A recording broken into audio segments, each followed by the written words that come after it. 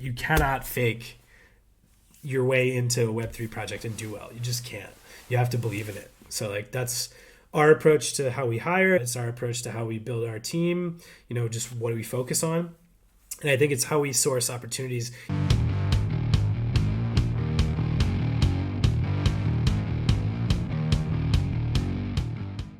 So, hello, Alex. Super excited to have you here today and dive into marketing and trends for Web3. Sure. Thanks so much, Iona. I really appreciate being here. And we've finally gotten a chance to chat, and after a couple Yeah, of rescheduled times. So I feel really happy to be here. Thanks for inviting me. nice, of course. So, to begin with, would you mind briefly introducing yourself and maybe describe what you do, what's your background, and we start from there? Sure. So I'm Alexander Guy. You can find me on Twitter and more recently Farcaster, like kind of all the time. I'm one of these like terminally online folks. But I am the chief marketing officer at a self-custodial wallet called Zerion.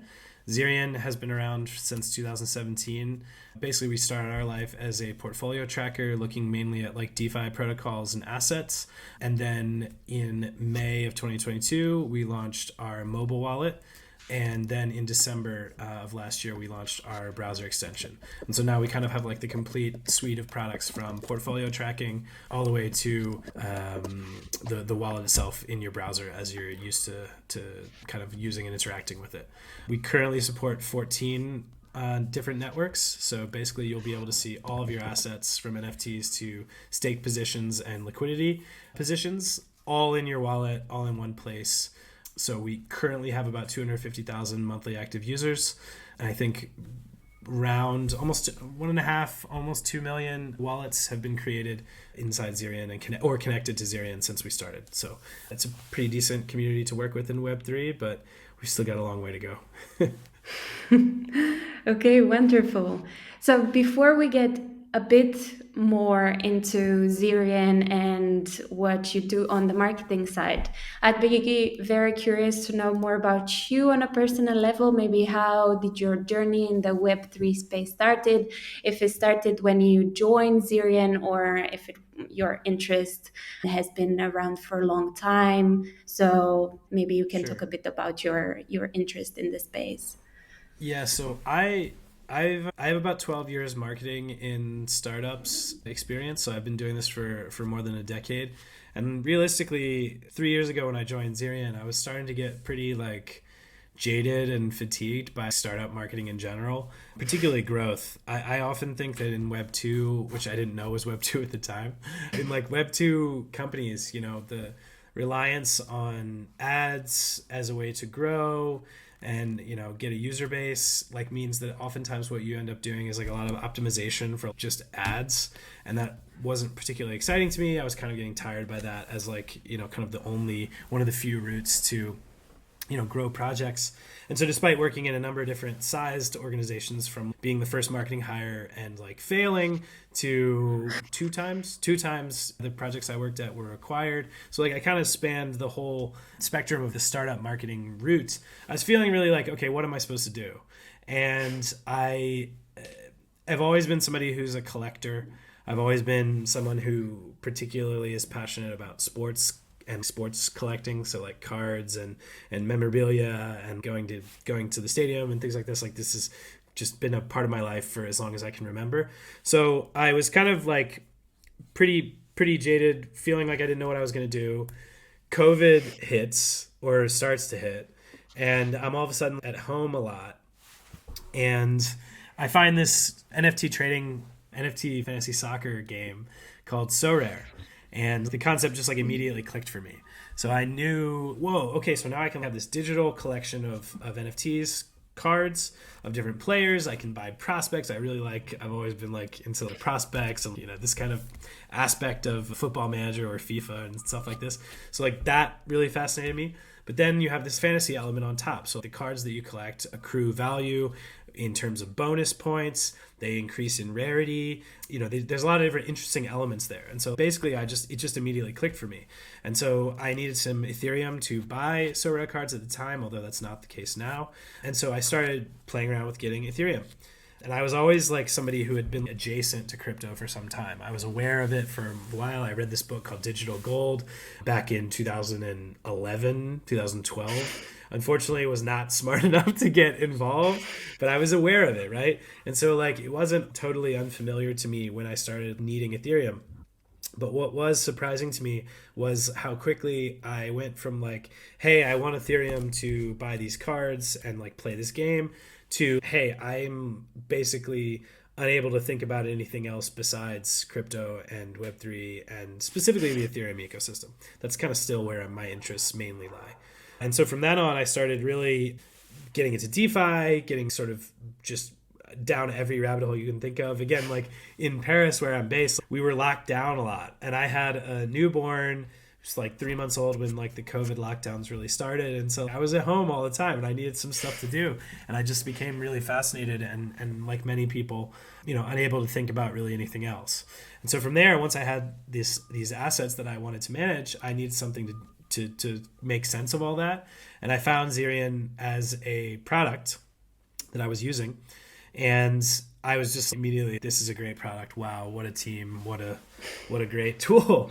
And so I started basically hounding our CEO on our Discord server and basically just being like, look, if you're ever looking for a marketing hire, if you don't have a head of marketing currently, I'd be very interested in joining. And he was like, cool. And then not long after, he was like, yes, would you like to come at least interview? And I said this recently on a podcast, but he basically was like, yeah, I didn't think I was going to hire you. and so like, he took a chance, the team took a chance, and it's been a wonderful experience for me. But my, I guess the journey into the space, where I got going, where it got, sort of motivated for me, like I got more motivated to get involved, was through NFTs and specifically the NFT trading concept. And anyone who collects sports cards understands rarity. Anyone who collects sports cards understands why you'd want to collect these things that may have no value to anyone else besides you. And Sora has done a lot of interesting things to cater to that sort of behavior inside their app and their games.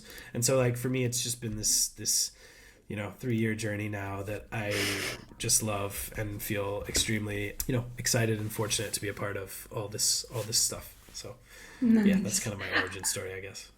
Nice. I really like the story of you getting the job on Discord, basically. So maybe that's just the way of job hunting in Web3. I really, really like the story. Yeah, I think I created my Discord account specifically so I could join Zerion's Discord server to talk to, like, it was on the website, and so I'm clicking around, and like I like literally didn't even have a Discord account before basically wanting to get hired by Zerion. So yeah, now it's very noisy. At the time it already was pretty noisy, but now it's like crazy. I don't know if I can recommend that route for everybody, but I do think that Discord servers offer a lot of great tools for people trying to get into this space, because there's a lot of ways to be a contributor, be a mod, participate in bounties. Like a lot of that is distributed and communicated through Discord. So if you're listening to this and looking to get into Web3 marketing, pick a couple projects, play around in their Discord, start to develop a sort of a presence and an identity there, and then see what happens, because you never know. Maybe you'll end up working full time for the project. Yeah, nice. So basically, if I understand this correctly, you made the transition from Web 2 marketing to Web 3 marketing when you joined Zerion. So Yes. Basically, before you joined them, you didn't really have experience, at least on the combining the two, the Web 3 and marketing. So I'd be curious to know how that transition was for you. And did you learn on the go, or you already knew some stuff that you could use specifically for the Web3 audience? And yeah, just about your let's say learning journey in this new field. So this is a great question. I was a user of a lot of Web3 by the time I joined Zerion. So I understood, at least at some level, a lot of the fundamentals and dynamics to how these projects tend to grow. But it was theoretical, and any marketer will tell you a theoretical knowledge is not the same thing as practical knowledge. And so I'm not going to lie, the learning curve was very steep. Basically, a lot of the things that you can fall back on as a Web2 marketer, I mentioned ads, SEO, email, None of this exists in Web3. It's not the way to grow an audience or engage a community. And so a lot of these like fundamental things that you spend, in my case, 9 years developing these skills, basically you have to throw them out the window. And so that can be disorienting for people. I know a lot of people have made the transition from Web 2 to Web 3, and it's, a very jarring kind of culture shock that emerges or sort of dawns over you. And so for me, at least, I just learned by doing. I am somebody who's a pretty big observer, and I like to watch what's going on and try to adapt accordingly. I like to try to apply things that worked for me in Web 2 and bring them over to Web 3. But there's no doubt that the learning curve is quite severe, and like it's not something that, if you're not able to pivot fast and learn quickly, it won't be an easy transition. But it's not impossible, and I'm living proof of that. And I think that, one of the things that for me has really helped out a lot is, my CEO, sometimes you can get into a team. I would say if you're ever interviewing, you should sense like the relationship that you're going to have with the founders, especially if it's an early project, like before you join, because I have a great relationship and a lot of trust that was basically from day one handed over to me. So I never felt like I was, being judged. I never felt like I was being unfairly criticized. I always felt like it was a very collaborative, kind of relationship I had with the founding team. And that includes our CTO as well as our CEO. And I know a lot of marketers in Web3 who are in really big projects, and that's not the relationship that they have with the founders. It's like a lot of, why haven't you done this? Look at this other team. Look how well they're doing. Why aren't we doing that? A lot of this like feedback loop that tends to be very negative. And to be fair, that's not unique to Web3. Anytime you're working in a technical field with a lot of engineers, this can happen, So it depends on that's kind of advice maybe that would sort of transcend depending on not like whatever industry you're a part of. But like, at least for me, I had a very supportive leadership team that I was frankly fortunate to be a part of. And also the industry was so new, still is so new. We're like learning a lot of things on the go. So I had a lot of, wiggle room to test stuff and have it not work, sort of sense what could be cool and what maybe is something I wanted to abandon. But one of the first things I did when I joined Zerion was I did what's called a marketing teardown analysis. So I basically just like looked at a lot of the leading projects in the space, brands that I knew, companies and protocols that were successful. And I basically said, what are they doing? Literally, like, how do they do it? What are their strengths? What are their weaknesses? What don't they do at all? A good example is that Aave, the borrowing and lending protocol, I recognized pretty early on that they were one of the few projects that was leveraging like in real life events, and they were at everything. Stani, their CEO, would speak at every event. So like they would just be present, have some kind of presence everywhere. And this is, I think, a counterintuitive learning for me, because Web3 is so online that sometimes we forget the power of these in real life interactions. And the only reason why I like kind of made that realization and kind of was able to suggest that we should start doing things in person was because of like these teardown analysis. So like the breakdowns of what other projects were doing was a really helpful tool for me as I was like trying to onboard into Web3 and onboard at Zerion. So that was a tool that I used that was pretty helpful. You mentioned earlier that there are some things still from the Web 2 space that you used in Web 3, especially in marketing. And then there are obviously many more that apply only to Web 3. So if it is to focus on the first category where they overlap, what are some of the strategies that you use and could be applied to Web 2 as well for Zerion? So I think that content, specifically educational content, is still something that we just don't do very well in Web3. I honestly think it's hard because in a Web2 space, I don't know how to say this, like content marketing seems so homogenized and search engine catered, and like it's even, content in general in Web2 is probably just it tends to be very formulaic, repetitive, harder to stand out in Web 2. So, but I'm always a big believer in content, and so like we have video, we've done live streams, we do a podcast, we have a sort of resource like knowledge base, but like very very very detailed knowledge or sharing. We really want to add value with our content.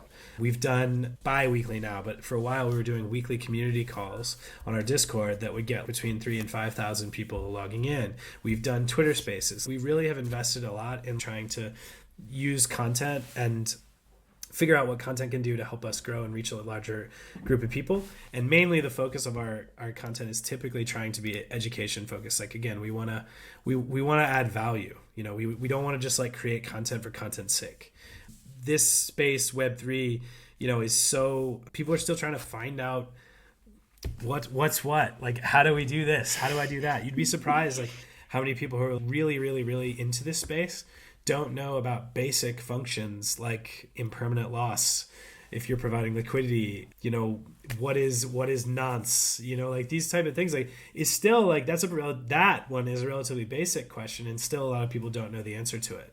And so like we've always tried to say, if we can showcase with Zerion how to do a specific thing, like I don't like to do content that's like, check out this feature, that's a feature is a feature, but that's only interesting to us. We want to show, hey, are you trying to do this? Well, here's how Zerion can help you do that, And that's kind of been our approach with a lot of things. We also used to do a Twitter space called Web3 Wednesdays, where we would get like some expert or builder in a topic to come and just talk to us about that specific topic. So again, it was focused on trying to increase the knowledge of any of our followers and our community. Everything's always been about education and adding value. That's been our focus from the beginning. I mentioned events before. I think events can be very helpful, especially from a B2B context in Web 2, and we see the power of them in Web 3. You just see the same people in Web 3 at these events. You get a chance to continually meet the same people again and show FaceTime. And, in a very online industry, that like face value is actually kind of very, very, very important, at least from our perspective. So that's another area where we've tried to invest a lot of time and energy. I sadly won't be going to Denver in a couple of weeks because we've got some really fun stuff we're planning and prepping for in Q2. So I just felt it was a better use of our time and resources to not head over there. But we went last year and it was a fantastic experience. So like, in general, events and IRL experiences can be really, really powerful. And this is true on the small level too. Like, I'm very active on Farcaster. I've mentioned it a few times on this chat already. And there was a Farcaster meetup in Paris the other day, and I just wanted to go to meet other people in Paris on Farcaster, So it doesn't even always have to be Zerion related, but the in real life experiences, people shouldn't discount them. And I guess one thing that is definitely still relevant in Web 3 that also is relevant in Web 2 is just the power of like your owned channels. So we use Discord quite a lot, but we are active on Farcaster. We have our Twitter following. We have Lens, like all these channels where you've cultivated this group of people, right? And trying to mobilize them to go and do things for you is really exciting.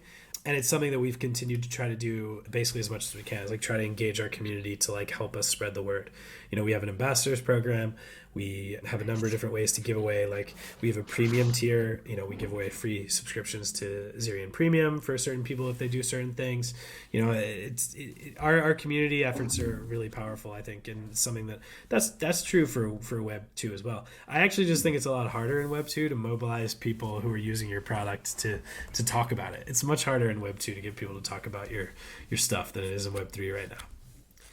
And you think that is because Web3 is so focused on community? Because community, this word seems to be like a key element to any Web3 business, or at least the big ones really focus a lot of their marketing efforts on growing a community. So rather than having a customer base, the language changes and you're focusing on growing a community.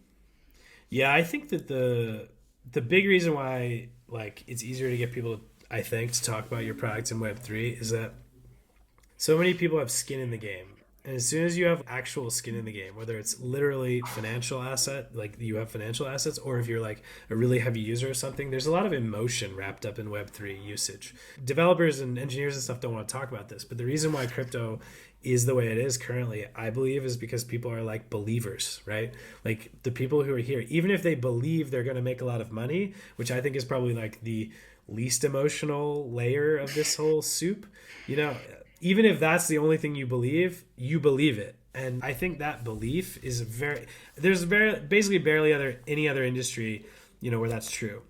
And the other thing, I guess maybe AI is like that, in terms of its world-changing capabilities, maybe some like green tech type stuff. But the difference between crypto and both of those industries and any other innovative space is that like I need to be a PhD to get involved in AI, like as a builder, as a user, even it's not very open to me. It's like very closed. You have to be extremely intelligent, very, very, very capable, critically on the mathematical side, not on the ethical or like empathetic side. It's like if you are a scientific type of person, you can get involved in AI. If you're not like this, it's much harder. And same thing is true for green tech, where it's like I've got to be like capable of engineering some more efficient or environmentally friendly, ecologically friendly route to doing something. Those are very closed industries, even if they are extremely innovative and exciting for the people who can participate. Crypto is for everyone. Crypto is open. You can go from being a nobody to somebody. You can go from having no money to having lots of money very, very, very fast. You can find your niche. You can create and build a living. That openness combined with innovation is very hard to find. And so I think that's why how do you get people to talk about your product in crypto? Well, you build something really cool, and people will talk about it because they're excited by it, In many other industries, like I can't imagine how hard it would be to get testimonials if you were an email tool in like 2024. It's like what can you say that people would be excited? like how do you get people emotionally connected to your email tool? Very, very challenging stuff. And so one of the really powerful things about crypto, and you're right to point out the community word, and I think what people really mean is like people care. People are like, I am a Zerion diehard user. They put it in their profile of Twitter and Farcaster and stuff. It's because they care, they want to be a part of this community because it's saying so much about themselves when they do it. And so being a part of a community is a lot about yourself. And I just don't know if there's many other industries where that's true. And how do you maintain this trust within your community for what you're building? Because I think if there's some skepticism related to the crypto or web3 space, is related to trust because of the scammers and other legitimate product collectors, whatever. So the question is, how do you maintain the community's trust? I mean, from our side, it's by trying to be as transparent as possible. Maybe this comes from the nature of crypto, but there's a lot of like privacy maxis and a lot of people who are really interested in the privacy side of things. But I think also it's like crypto in general is a publicly viewable ledger, right? Like that's kind of the core technical concept to understand. And so if everything is out in the open, it's on us as an industry, but it's us as a company to communicate transparently. It's also on us to do things that allow for the community to verify on their own if they want to. So for example, our extension, which we launched in December, we open sourced it. So technically anybody can take our GitHub, fork it, and create their own Zerion browser extension. But to us, that's about transparency and making sure that we show we show our work, And so I think the core to trust in Web3 is transparency. And that includes, by the way, when something bad happens. We had a situation where a really, really sophisticated phishing attack happened to one of our employees, and the fake airdrop link was posted on our Twitter account. So we shut it down pretty quickly. Thankfully, not that many people were impacted, but we published a blog post afterwards about what happened, post-mortem about like what we're going to do differently, how we're going to protect that in the future. We also reimbursed the affected parties. And so I think that transparency is the way to be. A partner of ours had a recent hack happen, and a really, really major hack happened with Euler Finance last year. And they were able to, if you want a lesson in transparency, look at the blog post that Euler's CEO wrote at the end of the year talking about the experience. Not only did they recover almost all the funds associated with this multi-$100 million hack, but they also then were able to address the hacker situation, make sure it doesn't happen again. But the transparency with which he contributed to the discourse by talking about what happened to them, I think is just a net positive for the space. And if I were betting, I would say that Euler's users are probably much more likely to trust them now, even post-hack, than they would have been even beforehand. So transparency to me is you cannot develop trust with a community or a user base without being extremely transparent in the way you communicate. big and small things. So that's our approach. Yeah, I really like hearing that because I think there are still many projects that just put that on their website. Transparency is our core and using all these fancy words, but then they don't really, how do you say, walk the talk. And I like hearing this about you and you, Zerion, because it really sounds like you guys embody what Web3 really is. We've tried to take that stance for as much as we can. We don't try to hide bad news. We try to treat our users like adults, and if there's something we have to communicate, we communicate it openly. Similarly, if there's a great thing we have to communicate, we communicate that openly too. But our philosophy, I think, is, part of our whole vision is people should be true owners of their assets and what they're doing online. And so in order for them to be true owners, they have to be informed. If they're not informed, they're not a true owner, in my opinion. Yeah. So you mentioned earlier about an ambassador program, and I'd really like to know if there are any other things that you do to keep the Zerion community engaged. So the ambassador program we've got is basically, it's a small, we select them, that we don't even really, we're about to have a public application process if you want to join, and be a part of it. But it's a very small cohort of people who effectively just talk about us on social media, and we've given them swag, and stuff like that. It's not a paid arrangement. It's a very much an organic thing from our community. In fact, it came from a community member's idea of hey, do you guys have this? And we were like, no, we don't. Maybe we should try. And so we did. But other things that we do, I mentioned the community calls in our Discord that we do every 2 weeks now with major projects in the space. We had Scroll recently, we had Base before on the thing. And so we do a lot of basically community calls to keep people engaged on Discord. The other thing that I think is probably the biggest driver of our community at this point is this NFT project we released called Zerion DNA. Zerion DNA is a generative NFT that users can mint inside their wallets, their Zerion wallets. And the NFT changes and evolves over time. So the more assets you hold, the more transactions you make, the different networks you use will all impact the way that the avatar looks and feels, I guess. And so this started out as kind of a experiment basically to drive growth on our mobile wallet, and has since become a major part of our community. So we do things like gated content channels for holders. We try to give offers to them. Soon there's going to be even more stuff going on related to Zerion DNA and what people can do with it. But in general, it was this tool to basically give our users some way to express their on-chain footprint visually. That was literally the idea. Express yourself on-chain with the wallet visually. And so DNA now has over 220,000 unique holders, and it actually is the second largest NFT collection on Ethereum after ENS. So it's a huge success, very, very engaged community, and it's been a very powerful tool for us.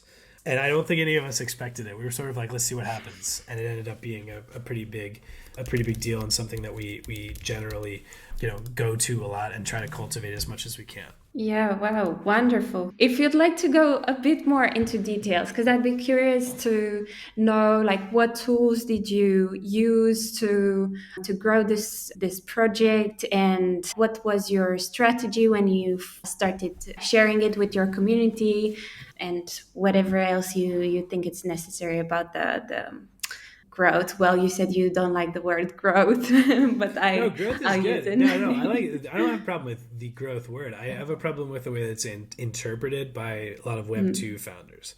Growth is a fine word, but I think that they tend to mean budget optimization and stuff like this, and I don't like that side of it. But no, growth is good. I mean, the TLDR on my entire learnings of Web3 marketing is effectively what you can do on chain, you should do on chain.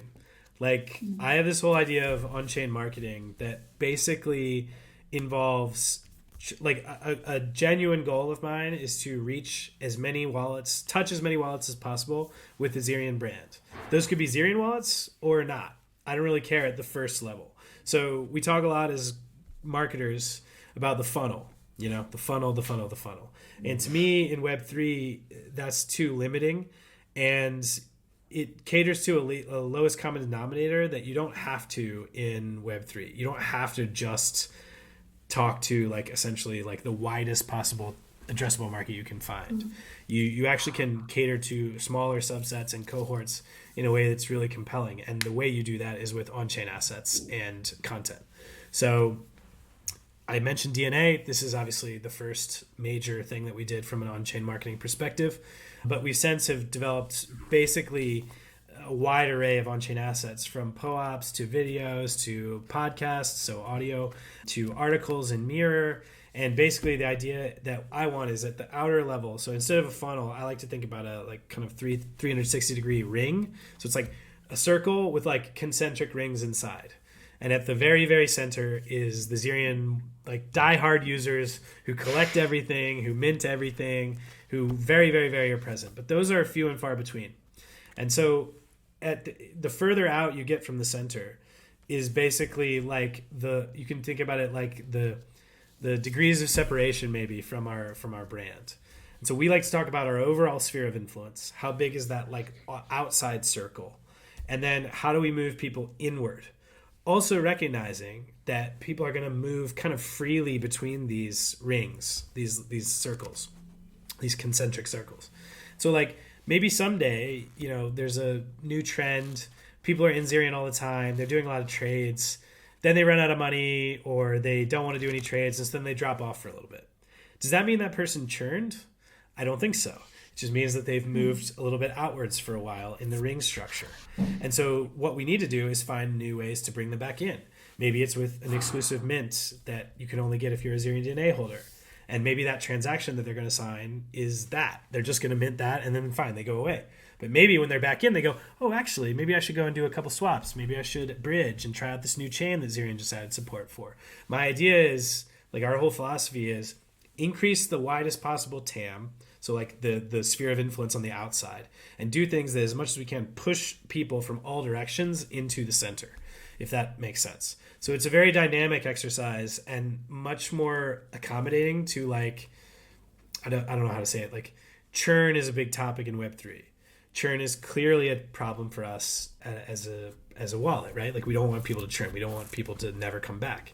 But I, as a marketer, have to be aware of the fact that so much of crypto is driven by market cycles that if we're just treating anybody who doesn't log in for a month or 2 months or 3 months or whatever as a churned user, that's not really right. They're still in the scope. They're still in the circle. They still have those assets that remind them of Zerion, And so we've tried to take that on-chain approach to basically everything. So anything that can be on-chain, we bring it on-chain. We try to even use on-chain assets in our IRL situations. And usually what we want to try to do is have in real life meeting, on-chain asset, and then like in-product utility. So we try to have this flow going. So for example, at ETH Denver last year, I mentioned we went to it last year, we made 100 limited edition hoodies. Inside those hoodies was an NFC chip where a user can claim an NFT that was like, hey, you met Zerion at ETH Denver. But what they didn't know is that NFT also gave them early access to our browser extension. So we were able to communicate within them afterwards, where it's like, if you got one of these hoodies from us, guess what? You now can try our extension, which is in beta access. So all they had to do was enter the wallet address that had the NFT inside of it, and then that wallet would be whitelisted for the browser extension. And so for us, like the on-chain piece opens up so many cool ways to engage with different smaller cohorts of people. And like on the surface, stuff in Web 2 that touches 100 people is like not good ROI, right? It's like not a good way to engage people. But our approach is, though we have such a stronger relationship with those 100 people now, and to be fair, we handpicked them. So like we knew, okay, these people we wanted to give it to, and it was a little bit, I guess, like elitist in that sense. Not anybody could get one of these hoodies. But now we have a much, much stronger relationship. I was on a call the other day with somebody who's not even working at the same company that she worked at when we met in Denver last year. But she was like, hey, I still have that hoodie. It's so cool. And then an NFT, like she literally said this to me, 12 months later. It's hard to make anything stay 12 months relevant in crypto. And I think that like on-chain assets can be this tool for teams. And I just think it's a much stronger relationship that you build with people versus some of the other things in like a Web 2 context. It's a really long answer. I'm sorry, but that's like the general philosophy. Yeah. No, it's yeah, I think it sounds great, and I'm not sure if you have this written anywhere I with do. the Yes. circles because I love it. I actually I stole this idea. No, the guy who originally came up with it was an artist, and he was talking about it as like engaging with your art community, like the people who own or collect your art pieces. And he called it the ring theory of community value. And he said in the talk that I saw, he said, "Look, if you want to take this and fork it and like create your own versions of this, go, please do." So I've taken him up on that. And what I call it is the ring theory of brand value. Is that the ring theory of brand value suggests that the person on the outside is still massively important to your brand, even if they're not using your product, because they might one day. And the fact that you know that these whatever 10,000 addresses collected that thing, you can then do a lot of things to try to engage them and bring them into the closer rings. So yes, I do have it written down. TM. No, I'm just kidding. Anybody can fork this and make a better name for it. But my friend Evan, who works at Disco, she's the CEO at Disco, pointed me to this talk by a guy named Dave Krugman at ETH Barcelona 2022 was when he gave the talk. And I have since adopted it in terms of the way we talk about it, which is the ring theory of brand value, which kind of informs our overall strategy at Zerion and actually I think is a good model for other projects to think about, if I humbly can say that. Another way to think about it is in Web 2, you're basically trying to like take this large group of people on the outside and you're trying to do as many things as you can to basically make them a customer. And you as a brand don't really care about these people up here if they don't move to the next stage, right? As soon as you go, okay, 30% of the people went to the next stage. The rest of that 70%, you're kind of just like, okay, get out of here. I'll think about you another day. And what I think is that's a very transactional relationship that you have with your community or users. And what I think is much more relevant to me and how Web3 brands can think about themselves is you're like a sports team or maybe like a band. In that, like, if I'm a fan of like Barcelona or Manchester United or something like that, like Manchester United has so many different levers to like engage with me, to like keep me a fan, right? And they're not all like spending millions of dollars. Some of them are like, hey, you can watch it at the pub down the street. You can go watch the game. You can buy tickets. You can buy season tickets. You can buy jerseys and shirts and stuff like that. You can follow on social media. You can collect sports cards on Sorare. You can do all these different ways to express being your fan. And yes, there will be some people who do all of those things. But there will be a lot larger group of people that don't do 99% of those things. But a sports team thinks about them all as relevant in their fans, right? Like their fans are all important. And that I think is a much more holistic way to approach growing your community as a Web3 company because you have this on-chain asset that allows you to keep tabs on all those people. Keep tabs sounds like Big Brother. What I mean is you can then go and say, oh, hey, guess what? We have 5,000 addresses that have collected literally every NFT we've ever released. Maybe we should do something special for them. They're like our super fans. Or, hey, we have 120,000 people who have a Zerion POAP from the various POAP activities that we've done. Let's try to find a way to make them more engaged with us and give them something else. Or offer some special content only for POAP holders that bring them closer to us. It's about the relationship versus the financial payoff at the end, basically. I assume, maybe this is a big assumption, and I'll, whatever, we'll prove how wrong I was in a few years. But I assume that if we can keep strengthening our relationship with these people and wallets through on-chain assets, eventually these people will be converted into Zerion users. Like, eventually it will be a net positive for us. And sometimes that happens really fast. Sometimes we're able to just immediately take somebody in. Other times it might take a little bit longer. But my point is that the whole fan base, the sphere of influence that we talk about, is like growing continuously. And then that means that it's far more likely that our, the center is the center of the circles are going to grow in the long run. Yeah, I really like this philosophy. And by how you describe it, you also make it sound very easy to a certain extent. But you also mentioned that obviously Web3 and crypto are influenced by the market cycles, Sure. and there are obviously many fluctuations. So I'm curious to know how you guys navigated the bear market, and yeah, if you had any like big challenges that you had to overcome. Certainly, a lot of startup projects have kind of suffered the consequences of all of a sudden not having access to capital, and VCs being less risky and trying to make sure that they cover their losses and sort of go back into the camp for a few months and years, I guess now. We were lucky enough to raise a Series A. I mean, it doesn't matter the rounds. We were able to raise a decent amount of money sort of pre-really big bear market. So from a financial perspective, we were like not worried about survival.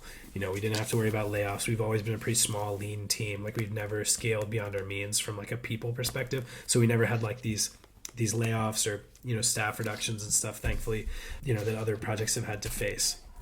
Having said that, what I sort of wanted to focus on during the bear market was basically staying top of mind as much as possible. So we have squads, and we don't have like a growth and marketing team. We sort of like move based on the problems that we're trying to solve as an organization. And so the problem that we started trying to solve was visibility. We wanted to try to be as visible and present as possible to people in the space because of the fact that transactions maybe weren't going to be happening as much. People weren't going to be spending as much. And so our focus was to move away from like acquisition and much more about brand awareness and visibility. We wanted to try to be as present and top of mind as we could be during these times when people were like maybe less, ape tendencies, like less just like try stuff out and much more into learning mode. And so that's where we started to develop a lot of our true on-chain marketing playbook, where we were thinking about like, okay, what can we do to basically stay relevant? Should we invest in going to these conferences where people are still going to? One of the things we did, I can share you an example, is I became quite fascinated with this idea of why people were still building in the space, like why people were still using the space during these tough market conditions. So, for example, at ECC in July, we made this like 2 meter by 2 meter banner. We posted up outside of the main venue. And basically on this banner was literally just no Zerion branding really, other than like the color schemes and some of the cues that you would notice if you really knew our brand. But it wasn't like, come talk to Zerion. It was just like on this banner, the words, why are you still here? ? And so all these people were coming by. Everyone was leaving the venue. It was very hot in the summer. So they were standing outside under the trees. We were like there. And we just had markers and people were writing on the thing like why they were still here. We recorded videos, interviews with people there live, talking about why they were still excited by the space. And then we published all of that as a video NFT on Zora. And it had something like 17,000 mints or something like that. And like, this was much more successful than I expected, and I'm sure a lot of these people are like airdrop hunters and things like this. Like, I'm not trying to suggest that 17,000 like legitimate Web3 citizens were doing it, but the whole point of that activity wasn't to convert people. It wasn't to drive wallet installs. It wasn't to drive transactions. It was literally, how do we stay relevant and like make sure people are talking about Zerion? And so this holistic approach of like not branding actually was a really great branding exercise for us. And so I should say also, we didn't pay to sponsor a booth, so there was zero cost for like standing outside of the venue. I'm not sure that'll be the case next year. Maybe there will be like rules against that, but it was a very guerrilla marketing, thing for us to do. But also we talked to hundreds of people. The banner was like covered in answers. Everything from, because I believe in censorship resistant technology to I want to make sure that I make money and secure my future. We had everything. There was no like judgment, but for us the idea was like, how do we stand out in a time when most people aren't spending crypto or investing or on-ramping into crypto.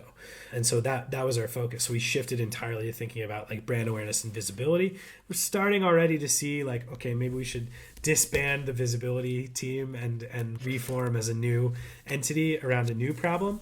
But for right now, that's been our focus for like basically a year or more like a year and a half. But it was all because we felt like if we tried to optimize for spend and like investment and even like things like funded wallets and stuff like that, we probably would point ourselves in the wrong direction. So we should focus much more on the brand awareness tactics and things that would, make us stand out in a time when most people were trying to figure out what the hell was going on with the world. So that's how we adapted, I guess.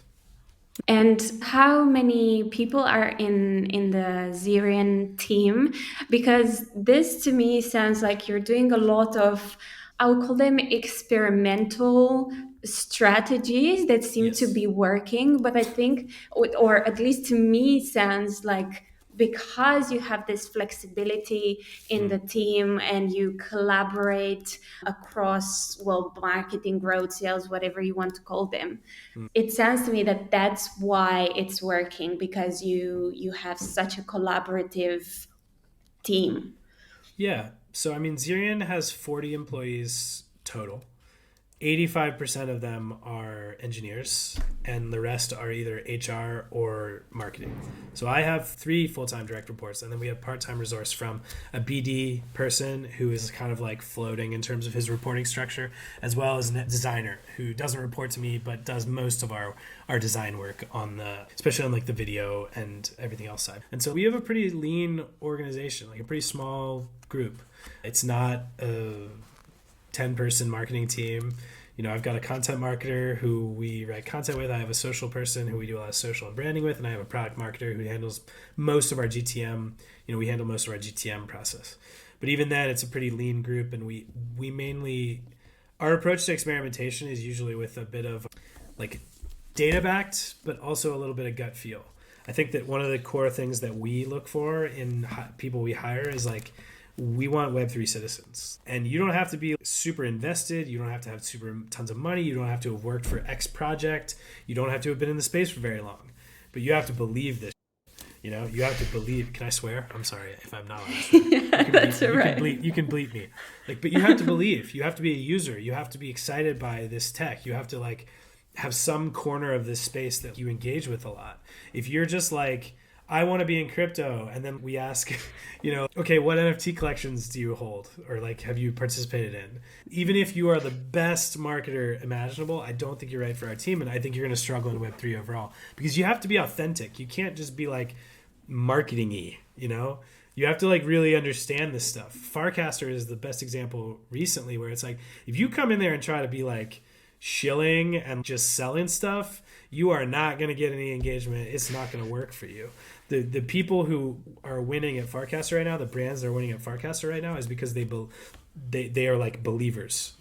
They're users. The best example I can think of on Farcaster is Base. Jesse Pollack, the creator of Base, he's like doing AMAs with the founder of Farcaster. He's publishing different works. There's tons of different NFTs that they release. Farcaster themselves have opted for this on-chain marketing tactic very, very effectively. You can't fake it. And that is the thing it makes it very hard to hire, honestly, because it not everybody is a psycho, weird, like obsessive about this stuff like we are, and I am. It's hard to find people who are like this. But when you find people who are like really, really invested, emotionally, much more so than financially, honestly, you can do great things with a small group. And so like we have a small little band of marketers and growth people, and like we try to be authentic and be clear about our passion for this stuff as much as we can. I think it's a pretty big secret sauce for us, and I think the projects you see winning right now, they have at least a marketing and a CEO usually who like vibe with this kind of approach. The ones that are winning are like they believe this stuff. They believe in it. They use it. They interact with it. Great project that I've seen recently is, they've been around for a while, is Catalog. It's a music NFT marketplace and auction house. And they did this thing on Base called catalog.radio. And it's just like continuously playing radio shows with music NFTs. And basically what you do is co-sign for songs that you like, and it gives 85% to the artist. And then you get this, like, it's not a music NFT. It's more like a commemorative, like, visual, picture, an NFT that basically says, I contributed to this project, And the way I found out about that was Base's CEO, or whatever his title is, Jesse, was talking about this on Farcaster. Check this out. This is so amazing. Like, look at this thing. You can do this stuff. That enthusiasm and that passion is very, very hard to fake. And so if you're a person trying to get into this space, my best recommendation is start using stuff. Like, try things. You know, get onto Farcaster if you can, and hear what people are talking about. Discover things and try stuff that's new.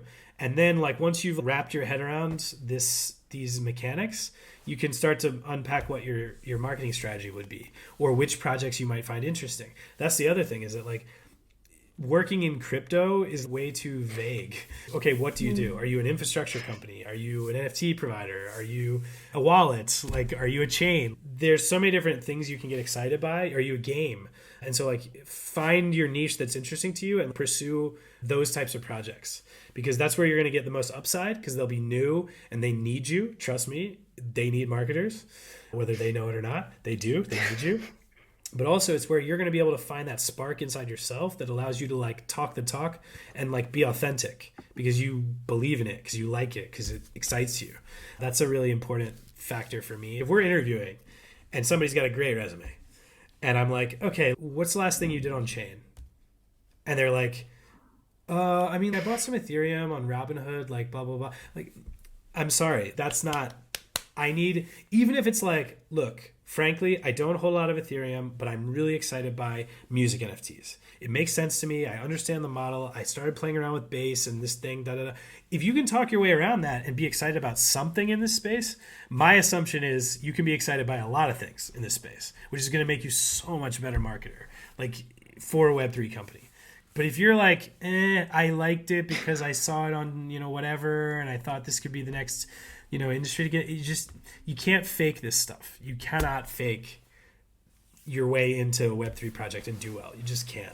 You have to believe in it. So, like, that's our approach to how we hire. It's our approach to how we build our team, just what do we focus on. And I think it's how we source opportunities. You mentioned experiments. A lot of our experiments come because, like, our head of content will be like, hey, there's this thing. Have you tried this? What do you think about it? How can we use it? How can we adapt it to our use case? Like, a lot of our experiments come from usage, not from just like, hey, we should do this thing because it's going to acquire users. We're like, hey, this thing could be cool. We should build this, or, like, we should figure out how that could work for us. And so, like, that's our approach generally. Yeah. Yeah. Sorry, I've talked. I'm just looking at the counter. It's 56 minutes. No, that's great. You said so many useful things that I just didn't want to interrupt you, but I did want to mention that we're getting close to the end, and even though I had so many other questions, you covered many of them and super practical stuff. So I'm very happy about that. What are some of the things that you're currently working on at Zerion, and what should people expect from you guys? Well, so I mentioned we are currently support portfolio tracking for 14 EVMs. Sorry, networks. Let's just simplify it. Networks on Ethereum, like using the Ethereum security layer, basically. So we support 14 of them currently. A big focus of us for the rest of Q1 is on supporting literally hundreds more. We believe that there's going to be an explosion in new chains this year. It's likely that a lot of apps will develop their own chains. We've already seen this, by the way, with Rari and Rarible NFT Marketplace. There's a chain that they've just launched. Zora has had an NFT chain for a while. Crypto. While means 6 months. If you haven't heard of Zora's chain, it's been out for like 6 months. So basically, our whole thesis is that there's going to be a lot of chains. And so in order for a wallet to be useful, when there's a lot of chains, we have to support those chains. And so we're trying to figure out technically how we add support for those chains. So the idea is that if you look back in over Q1, we're going to be adding a number of different support for different chains. One thing that's a little more vague because it's a little bit more complicated is expanding tracking outside of just the Ethereum ecosystem. So looking at things like Solana, Cosmos, Tezos, all these other chains that exist that we currently can't support for. We're going to be looking to try to accommodate those communities as well, which will be a big thing for us. Another thing that is definitely coming and something to pay attention to, there's an Ethereum, an EIP, Ethereum improvement proposal that passed actually about 4 or 5 months ago called EIP, very, very sexy name, EIP 6963. So EIP 6963, what it does is it solves a major problem that a lot of users have, which is basically my wallet isn't supported in the dApp I want to use. So they only support a limited number or too many and stuff like that. And this is not something that Zerion has done. This is an EIP that has gone through the Ethereum Foundation and been voted and approved by the community. But what we're about to launch soon is an advocacy program for dApps, wallets, and chains that have basically incorporated and implemented this EIP. And so the idea is to try to create an advocacy program trying to get other dApps to adopt this, because shockingly, only around 10% of dApps, especially the top dApps that have been used, have implemented this EIP. And this is basically a major blocker to crypto adoption and usage overall, because it forces users to make a lot of choices. It makes it harder to actually do things in different places if you don't play by the right rules. And so this is a cause that's very important to us. So check it out soon, and we'll share more about that in a few weeks. Wonderful. Thank you for sharing that. And for sure, I'll be with my eyes on you guys because I really like all the things that you've shared today. And the question I would like to end with, because you said that it's really important in the Web3 space to be enthusiastic about the space. So I would like to know, what is one thing now that makes you enthusiastic and excited about Web3 apart from what you guys are doing at Zerion? I am very excited by the different forms that Web3 social is beginning to take. I don't think this is a particularly unique excitement, but I've been looking for a reason to get off crypto Twitter, and we're almost there with Farcaster and Lens, some of the other interesting Web3 social tools, especially if we send it out a bit. There's a great live streaming, sort of like crypto native live streaming tool called Unlonely that is fantastic. Like there's all this tooling now coming around the, like, let's say, the consumer crypto side of things, particularly with an emphasis on the social use case. This is very exciting to me, and I hope that we continue to see real evolution and innovation in this space. But there's a lot more stuff to do on the social side than there ever was before, and that's only a good thing for the space, because I think a lot of people are sick of Twitter or sick of whatever, TikTok or something else. So like this idea that there can be an on-chain way to manage all this stuff is very appealing, and I can't wait to see what the builders of those projects and some of the other new ones that we don't even know about build in 2024. Well, with that, I would like to end here. Thank you so much for sharing all these inspiring marketing strategies and tactics. And I hope this year and the next few years will be great for you personally and then for Zerion. And I'm really looking forward to see what you guys are going to build in the space. Awesome. Thanks so much, Iona. I really appreciate being here. Thanks for having me.